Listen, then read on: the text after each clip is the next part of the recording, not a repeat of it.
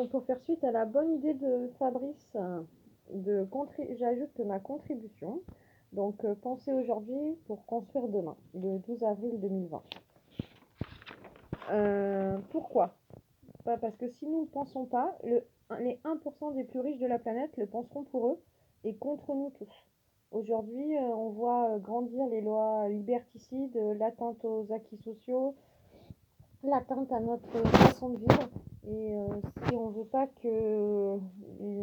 continuer à aller dans le mur, il faut absolument qu'aujourd'hui on pense et on agisse pour nous. En premier lieu, je voulais vous parler de la croissance, parce que la croissance, je l'ai barrée en rouge, parce que dans un premier temps, c'est une ineptie scientifique. On nous bassine depuis des décennies avec la notion de croissance, qui est basée principalement sur la croissance économique, pour enrichir les plus riches et la finance. Donc c'est tout d'abord une ineptie scientifique, parce que le monde a des richesses limitées, on n'a qu'une seule planète, et qu'aujourd'hui parler de croissance, c'est-à-dire piller les richesses naturelles, et ben ça va bien s'arrêter un jour. Donc moi j'ai pas envie de laisser ça à mes enfants. Et une ineptie politique parce qu'elle ne bénéficie qu'à une toute petite de la partie de la population mondiale, parce qu'il ne faut pas oublier qu'il y a 80% de personnes dans le monde qui subissent la croissance des autres, mais qui n'en bénéficient pas.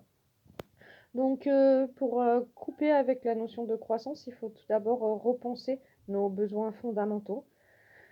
De quoi on a vraiment besoin pour vivre et pour vivre heureux. Est-ce que c'est travailler 90 heures par semaine, pardon, pour enrichir le capital et piller les ressources naturelles? Non, moi je pense pas. Donc repenser collectivement nos besoins fondamentaux. Là, j'avais envie aussi d'aborder la question de la mondialisation. Pareil, comme la croissance, on nous explique que la mondialisation elle est inévitable, qu'elle est importante. Ben en fait non. Parce que la mondialisation, ça veut dire consommer et produire et piller les richesses au détriment de 80% de la planète. Alors moi, je propose de consommer et de produire raisonnablement. Ça veut dire ce dont on a vraiment, vraiment besoin. Et à partir des richesses locales et produites par et pour nous, c'est-à-dire par les peuples et pour les peuples. On peut très bien se passer d'un certain nombre de choses qui ne servent absolument à rien.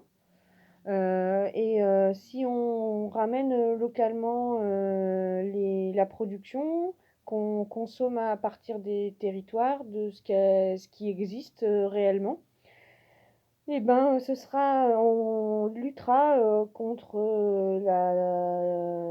le saccage de la biodiversité et surtout contre l'esclavage moderne. Troisièmement, j'avais envie aussi de partager l'idée de se concentrer sur des valeurs d'égalité et humaines contre la productivité. Aujourd'hui, on juge la valeur des gens par rapport à leur productivité. Une personne de plus de 70 ans, elle est plus utile. Une personne en situation de handicap, elle n'est pas utile. Et donc, on peut les laisser mourir ou on peut, en tout cas, ne pas les considérer.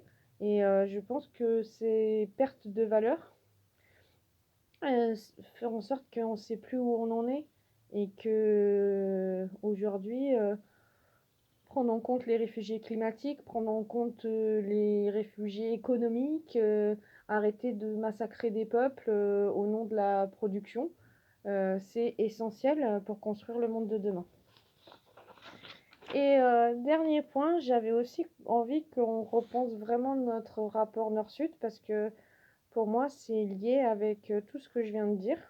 La croissance, elle exploite les pays du Sud, la croissance de quelques-uns, la consommation, la production, le pillage des richesses naturelles, la pollution, elle a un impact extrêmement négatif sur les pays du Sud, qu'on a, avec la mondialisation, essayé de leur faire croire qu'à une illusion de progrès, de mieux-être, ce qui est complètement faux. Ils subissent de plein fouet notre délire consumériste et et de confort.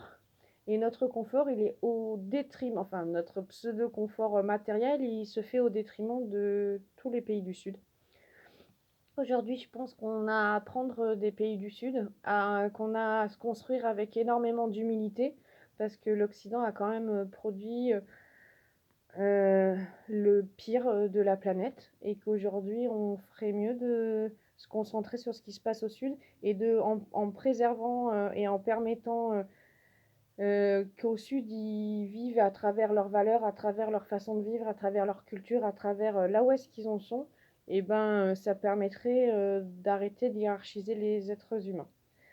Voilà, merci à vous, et puis si vous avez envie de lancer votre contribution, n'hésitez pas, ça peut être intéressant de partager en ces temps de confinement. À bientôt.